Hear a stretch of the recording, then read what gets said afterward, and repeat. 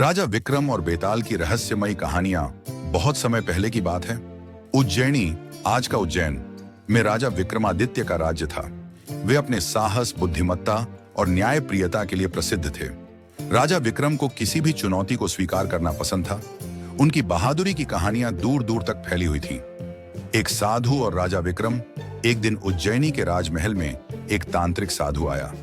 वह एक रहस्यमयी फल राजा को भेंट करने लगा।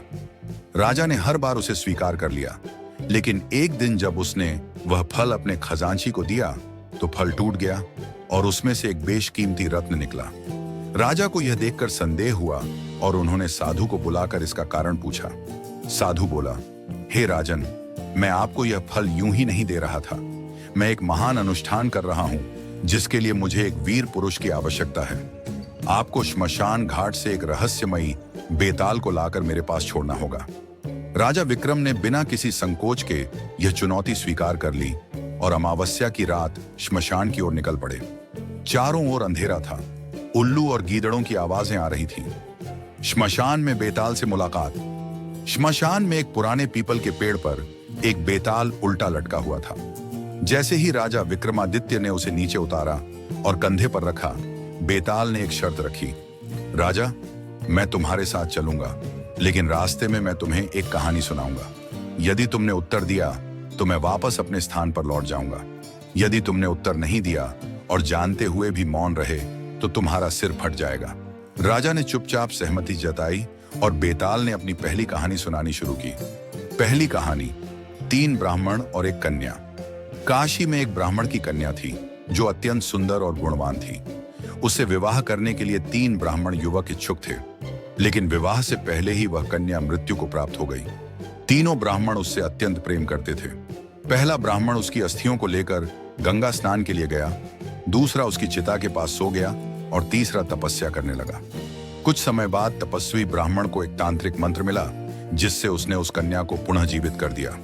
अब प्रश्न यह उठता है कि उस कन्या का वास्तविक पति कौन था? राजा विक्रम ने उत्तर दिया, जिसने मंत्र से कन्या को जीवित किया वह उसके पिता के समान हुआ। जिसने अस्थियां संभाली वह पुत्र के समान हुआ, किंतु जिसने उसके साथ चिता के पास रात्रि व्यतीत की वही उसका वास्तविक पति हुआ। राजा का उत्तर सुनते ही बेताल फिर से पेड़ पर जा लटकता है और विक्रम को दोबारा उसे लाना पड़ता है। दूसरी कहानी, राजा, रानी और योगी। राजा विक्रम ने फिर से बेताल को अपने कंधे पर उठाया और बेताल ने दूसरी कहानी सुनानी शुरू की। विदर्भ के एक राज्य में एक शक्तिशाली राजा था। उसकी रानी अपूर्व सुंदरी थी। एक दिन एक योगी आया और राजा से वरदान मांगा कि वह उसकी रानी को एक दिन के लिए उसे सौंप दे। राजा धर्म संकट में पड़ गया।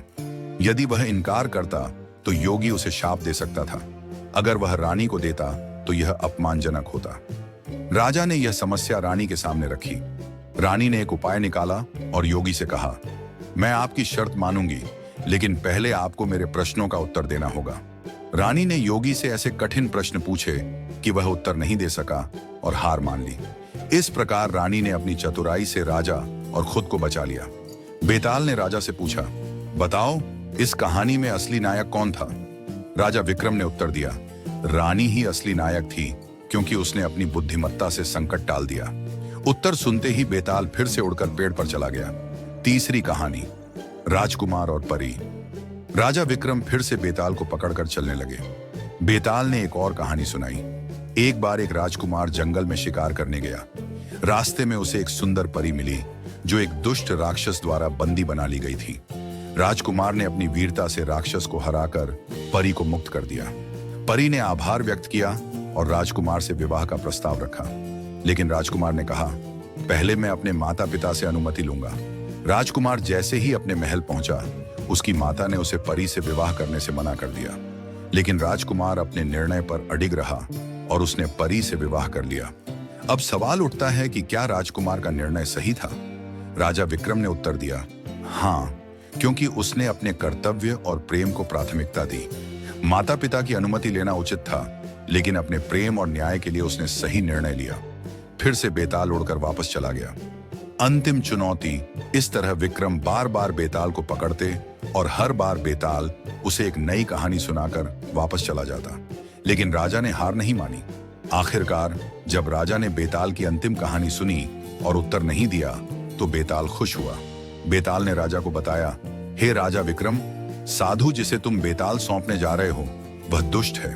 वह तांत्रिक विधि से तुम्हें बलि चढ़ाकर अमर होना चाहता है। तुम्हें चाहिए कि जैसे ही वह तुमसे कहे कि सिर झुकाओ, तुम संकोच किए उसका सिर धड़ से अलग कर दो।